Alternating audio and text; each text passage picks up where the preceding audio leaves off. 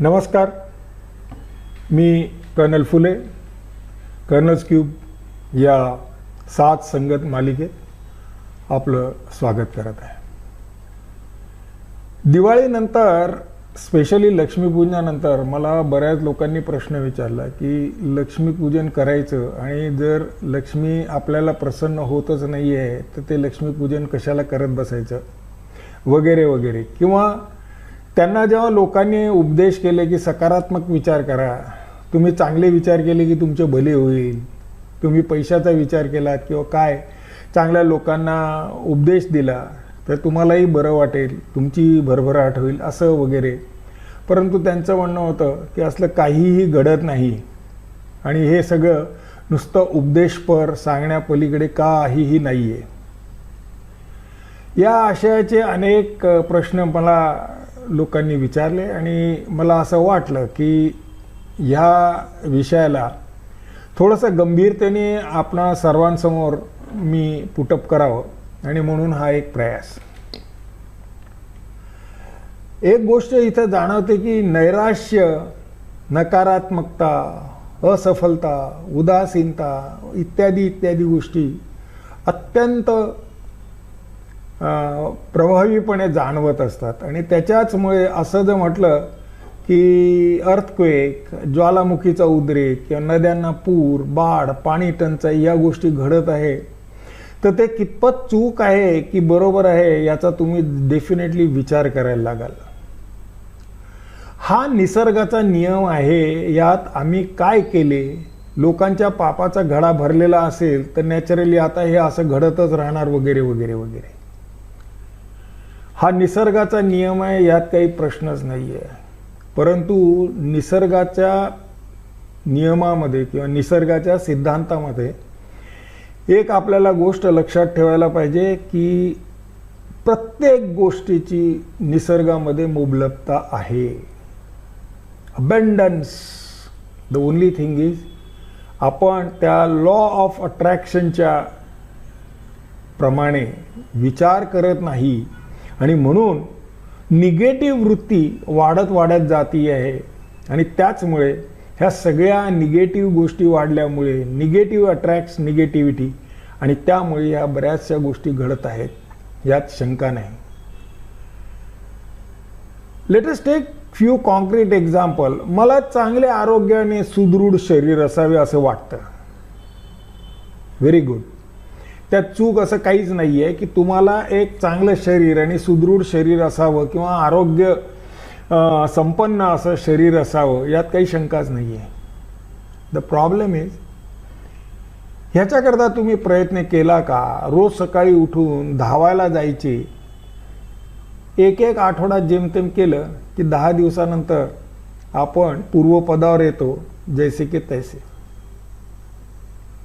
त्याच वेळेला मला वेळच मिळत नाही, यात काही विशेष काही रुची वाटत नाही, गोडी वाटत नाही, फार कटकट आहे बाबा. ते सकाळी उठा, ते ट्रॅक पॅन्ट घाला, बूट घाला, ते जा सगळं, परत या, मग आंघोळ करा, घामेघूम झालेलो असतो. मला व्यायाम करायला खूप आवडतं पण मी सुरुवातच कधी करत नाही. या सगळ्या आपल्या ज्या भाबड्या एक्सक्यूजेस आहेत, ह्या नकारात्मक भाबड्या excuses are the main cause. रोज सकाळी उठून फिरायला गेल्यानंतर मला मस्त वाटतं, जात का नाही? वेळ मिळत नाही म्हटल्यानंतर मग आपल्या ब्रेकफास्टमधनं वेळ काढता येतो का? Can you cut down your breakfast time? Can you cut down on the sleep time? आणि व्यायामाला जातो. आवड निर्माण व्हायला किंवा कुठलीही सवय रुजायला पहिल्याच्या काळी असं म्हणायचे की 21 दिवस जर ते केलं तर ती सवय आपल्याला लागायची. आताच्या नवीन सिद्धांताप्रमाणे 60 डेज केलं तर ती आपल्याला सवय लागते आणि ते आपल्या अंगात भिनायला लागतं.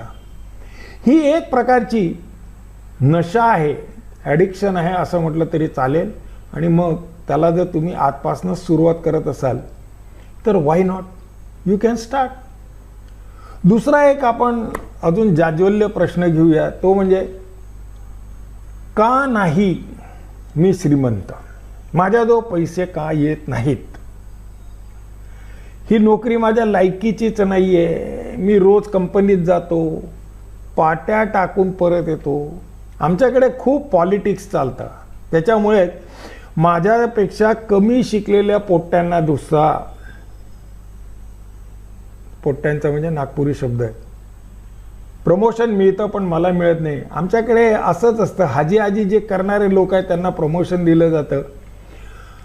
मी लात मारेन तिथे पाणी काढू शकतो अशी माझी ताकद आहे, अशी माझी हिंमत आहे. एवढे पैसे तर मी घर बसल्या देखील कमवू शकतो. नोकरी करायला कशाला जातं? ह्या सगळ्या निगेटिव्हिटी आहेत तुमच्या मनामध्ये, याच्याकडे लक्ष द्या. जोपर्यंत आपल्याला लायकीची नोकरी मिळत नाही तोपर्यंत ह्या नोकरीत आपण आनंद मानूया. Is it practical? Is it possible? Think over it. नोकरी आहे हे चांगले आहे असा मनात विचार येतो तुमच्या की नोकरी आहे चांगली गोष्ट आहे. आय विल नॉट से की लुक डाऊन. कित्येक लोक आहे ज्यांना नोकरीच नाहीये. रोज बिचारे नोकरीविषयक बातम्या वाचत बसतात किंवा ॲसेंटमध्ये बुधवारी बातम्या बघत बसतात की कुठे नोकरीला अप्लाय करता येईल का. प्रमोशन करता काम करायचे नाही तर मन रमेल आणि मनासारखे काम करायचे म्हणून काम करा. Does it happen with you? Think over it. जे जमत नाही ते कशाला करायचं ना. दिस इज, मी असं म्हणेल की हा पळकुटा स्वभाव आहे. Accept the challenge. Why are you scared of challenges? तुमच्यात धमक आहे. तुम्ही म्हणालात की मी पाय काय म्हणेल, लात मारील तिथे पाणी काढील. करा ना मग. तर आपल्या लायकीचा जॉब शोधा. तुमच्यात धमक आहे ना, मग आपल्या लायकीचा जॉब शोधा. एक गोष्ट लक्षात ठेवा, काम केल्याशिवाय, मेहनत केल्याशिवाय, घाम गाळल्याशिवाय पैसे मिळणार नाहीत. फक्त ही नोकरी किंवा हा व्यवसाय, व्हॉट एव्हर इट इज, तुम्ही करत असताना basically what is your attitude. तुम्हाला काय वाटतं, कसं वाटतं याच्यावर फार बऱ्याचशा गोष्टी अवलंबून आहेत. तुमच्या हातात खरं म्हणजे सगळं ऐश्वर्य आहे. आता आपण 2 उदाहरणं वर बघितलीत की मला सुदृढ शरीर असावं आणि मला एक चांगली नोकरी असावी, मला श्रीमंत बनायचं आहे, मला आरोग्यदायी बनायचं आहे वगैरे वगैरे. मी त्यावर एकच तुम्हाला गोष्ट सांगितली की या निसर्गाच्या सिद्धांतामध्ये, या निसर्गाच्या नियमामध्ये प्रत्येक गोष्ट विपुल प्रमाणात आहे. अवघड वाटतंय विधान? Okay, I will explain.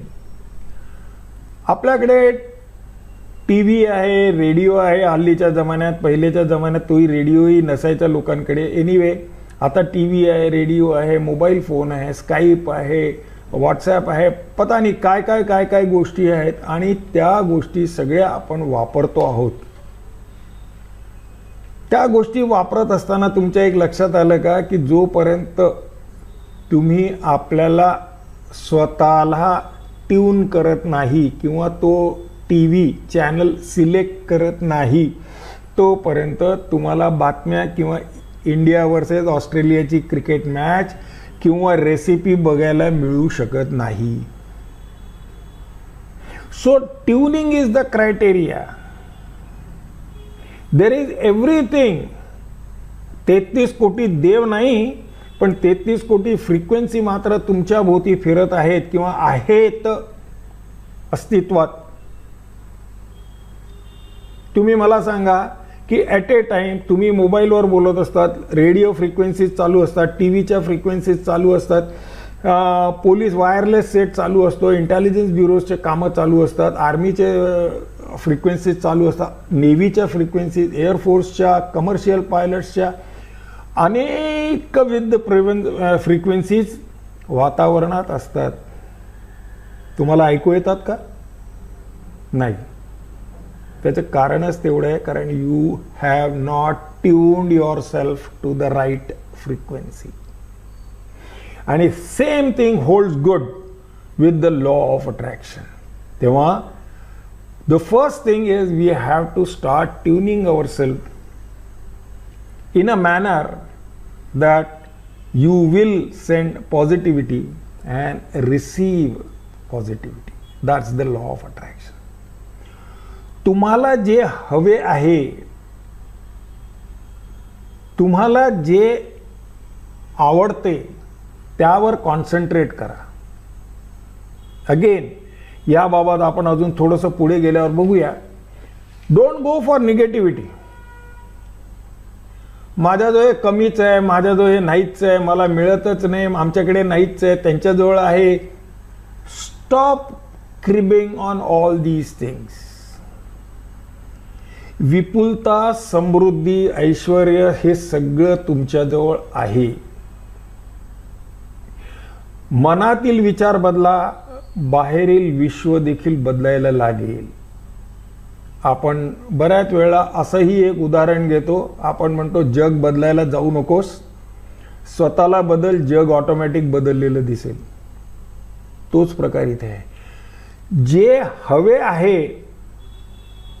I am repeating, जे हवे आहे त्याचा विचार करा.